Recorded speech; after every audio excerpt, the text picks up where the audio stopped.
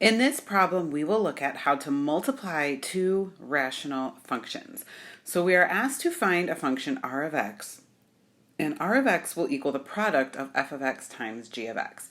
And we are given the functions. F of x equals 2x minus 6 over x squared minus 8x plus 15, and g of x is the rational function x squared minus 25 over 2x plus 10.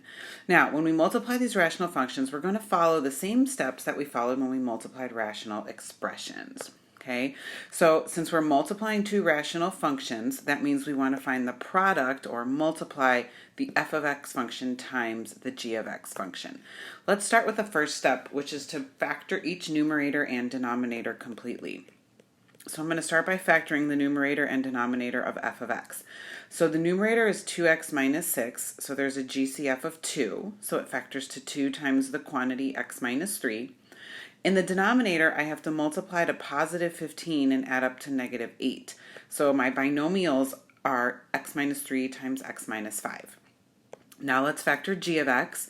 Hopefully you noticed that the numerator is a difference of squares, and that factors to x plus 5 times x minus 5. And in the denominator, I have a GCF of 2, so that factors to 2 times the binomial x plus 5. Now we're ready for step 2. So what I'm going to do is I'm going to define my function r of x as the product of f of x times g of x. So I'm going to write my factored version of f of x, and I'm going to multiply it by my factored version of g of x. Now I'm ready for step 3, which is to simplify by dividing out common factors. So when I divide out common factors, I can divide out anything that's in a numerator as long as it has the same exact factor in common with something in the denominator. Now, they can be within the same rational expression, or they can be in different rational expressions. So you'll notice the first rational expression has a factor of 2 in the numerator. The denominator of the second rational expression has a factor of 2, so I can divide out the 2's. Now, in the first rational expression, the numerator and the denominator both have a binomial factor x minus 3. So I can divide the x minus 3's out.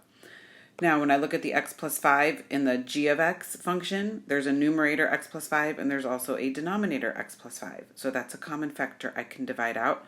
And then last but not least, the factor of x minus 5 divides out. So if you look at it, I've divided out everything. Everything was a common factor. So you might be thinking, well, okay, what's my answer? Is it 0? Is it 1? What is it? This is where you have to be careful when you start canceling out common factors.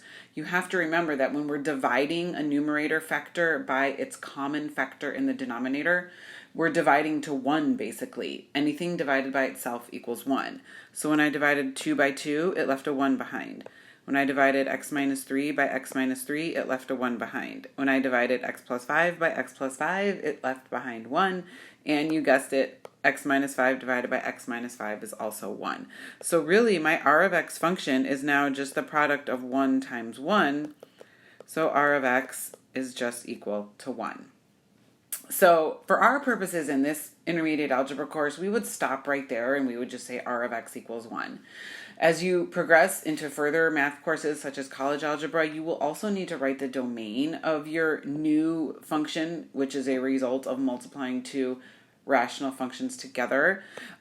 So when you write the domain, you have to take into consideration any restricted values or any excluded values from the original f of x function and g of x function. So the domain of r of x, it's going to be all real numbers, but we have to have some exclusions. So it's all real numbers as long as x does not equal 3, 5, or negative 5.